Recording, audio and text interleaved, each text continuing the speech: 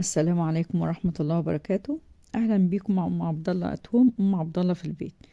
والنهاردة هعمل لكم زبادي الشركات بكمية كبيرة وقوام كريمي وطعم حكاية وموفرة خالص.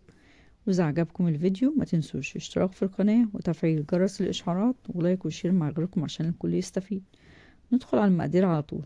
كيلو لبن جاموسي أو بقري، معلقة كبيرة عسل نحل أبيض أو سكر المتاح عندك، كوباية زبادي صغيرة 75 جرام، معلقتين كبار مية، معلقة كبيرة جيلي فراولة، وده شكل الباكت. ندخل على الطريقة على طول.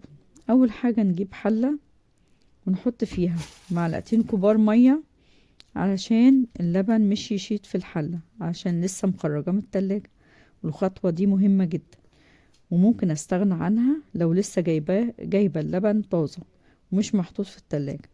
نحط كمية اللبن في الحلة ونغليه كويس. بعد اللبن ما اتغلى مش بستخدمه على طول، بسيبه يبرد شوية، وعلى ما يبرد بجهز حلة فيها مية ونسخنها على النار لحد ما يظهر فيها فقاقيع صغيرة من المية، بس مش بتغلي المية، علشان المية لو غلت الزبادي هتفصل منك شرش. وزي ما انتوا شايفين في الفيديو يدوب المية سخنة وبدأت تنمل في الحلة.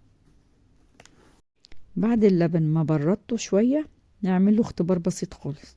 ناخد شوية لبن في معلقة واحط نقطة لبن على ظهر ايدي، لو استحملت اللبن يبقى كده جاهز علشان استخدمه. لو حسيت انه ساخن على ايدك سيبيه يبرد شوية. بعد كده ناخد الزبادي والمية اللي نزلت منه مش بناخدها، ونبدأ ننعم الزبادي كويس لحد ما نوصل لقوام كريمي ناعم زي ما انتوا شايفين في الفيديو. نحط عليها معلقة العسل ونقلبها كويس مع الزبادي، واحنا بنحط عسل او سكر عشان ينشط الخميرة الموجودة في الزبادي وتخمر اللبن كويس. بعد كده ناخد وش اللبن ونحطه على الزبادي والعسل ونقلبهم مع بعض. بعد كده نحط الخليط ده على اللبن ونقلب كويس بمضرب سلك عادي لحد ما كله يتجانس مع بعض. بعد كده نجيب قالب فخار او صينية، ويفضل قلب الفخار لانه بيحتفظ بدرجة الحرارة فترة طويلة، ونحط فيه الكوبايات اللي هنصب فيها الزبادي. بعدين نصب فيها نص كمية اللبن، والنص الباقي من اللبن هنحط عليه معلقة الجيلي ونقلبه كويس في اللبن علشان يدوب. وأفضل حاجة نحط معلقة كبيرة كريم شانتيه فراولة بدل من معلقة جيلي الفراولة. بعد كده نصب باقي اللبن في الكوبايات. بعد كده نجيب المية السخنة نصبها في الطاجن لحد ما يوصل مستوى المية لنص كوباية الزبادي.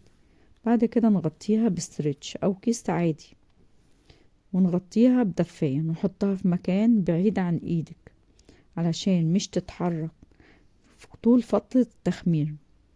بنسيبها من بالليل للصبح او من الصبح لبالليل، بس مش اقل من 5 ساعات. وبعد ما اتخمرت نحطها في التلاجة لمدة ساعة او ساعتين.